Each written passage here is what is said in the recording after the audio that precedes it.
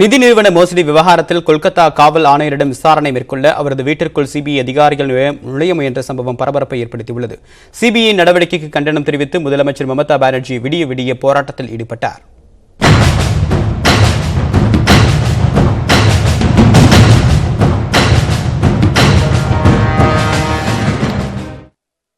மேற்குவங்க மாநிலத்தில் ரோஸ்வேலி மற்றும் சாரதா நிதி நிறுவன மோசடி வழக்குகளை சிபிஐ விசாரித்து வருகிறது.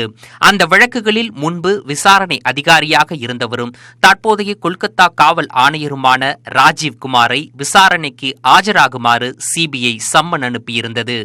ஆனால் அவர் ஆஜராகாததால் தெற்கு கொல்கத்தாவில் உள்ள அவரது வீட்டிற்கு சிபிஐ அதிகாரிகள் நேற்று மாலை சென்றனர். அப்போது சிபிஐ அதிகாரிகள் 5 பேரை அம்மாநில போலீசார் தடுத்து நிறுத்தியதோடு காவல் நிலையத்திற்கு அழைத்துச் சென்று விசாரணை நடத்தினர். இதனைத் தொடர்ந்து சிபிஐ அலுவலகத்தையும் போலீசார் தங்களது கட்டுப்பாட்டுக்குள் கொண்டு வந்ததாகவும் சிபிஐ இணை இயக்குநரை கைது செய்யவும் போலீசார் நடவடிக்கை மேற்கொண்டதாகவும் கூறப்பட்டது. இதனால் கொல்கத்தாவில் உள்ள சிபிஐ அலுவலகத்திற்கு பாதுகாப்பு அளிக்க மத்திய ரிசர்வ் படை வீரர்கள் வந்து இறங்கினர். இதற்கிடையில் காவல் ஆணையர் ராஜீவ்குமார் வீட்டிற்கு சென்று அவசர ஆலோசனை நடத்திய முதலமைச்சர் மம்தா பானர்ஜி பின்னர் கொல்கத்தா மெட்ரோ சேனல் பகுதியில் தர்ணா போராட்டத்தை தொடங்கினார். இந்த போராட்டம் விடிய விடிய நீடித்தது. அவருடன் கொல்கத்தா காவல் ஆணையர் ராஜீவ்குமார், இணை ஆணையர் பிரவீன் திருப்தி உள்ளிட்டோர் கலந்து கொண்டனர்.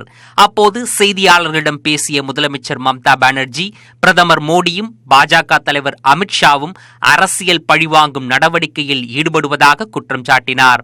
சிபிஐ அதிகாரிகள் எந்தவித அறிவிப்பும் இல்லாமல் காவல் ஆணையரின் வீட்டிற்கு வந்ததாகவும் மேற்கு வங்கத்தில் ஆட்சியை கவிழ்க்க முயற்சி நடப்பதாகவும் அவர் சாடினார்.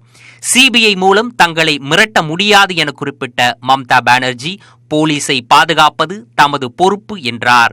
Just it is a forceful instruction from the central order, Narendra Modi and Amit Shah. No search warrant, nothing. They cannot destroy the institution. If the head of the department, if the head of the organization force is being humiliated, how the force will work? I will ask all the police forces, even including CISF, BSF, Army, CRPF, all the forces, including all the state forces, please be together and condemn this attitude of Narendra Modi government. முதலமைச்சரின் தர்ணா போராட்டத்திற்கு ஆதரவு தெரிவித்தும் CBI நடவடிக்கையை கண்டித்தும் மேற்கு வங்க மாநிலம் முழுவதும் போராட்டங்கள் நடைபெற்று வருகின்றன. கொல்கத்தாவில் நடைபெற்ற போராட்டத்தில் பிரதமர் மோடியின் உருவ பொம்மையை திரிணாமுல் காங்கிரஸ் தொண்டர்கள் எரித்தனர். ஹூக்ளி, மேற்கு மிட்னாப்பூர் ஆகிய இடங்களில் ரயில்களை மறித்து போராட்டத்தில் ஈடுபட்டனர்.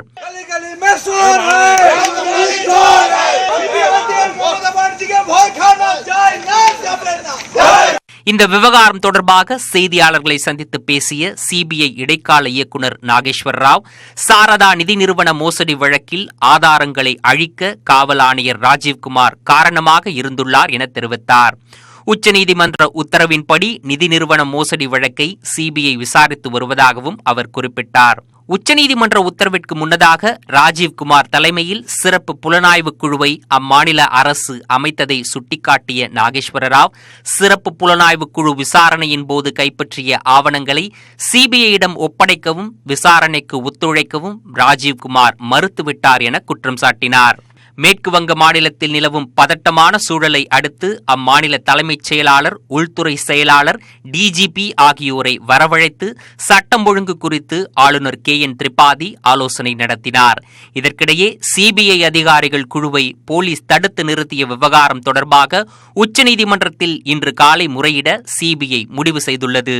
மாநில அரசின் ஒப்புதலை பெறாமல் விசாரணை நடத்துவதற்கு சிபிஐக்கு இருந்த அதிகாரத்தை கடந்த நவம்பர் மாதம் மேற்கு வங்க மாநிலம் திரும்பப் பெற்றது குறிப்பிடத்தக்கது.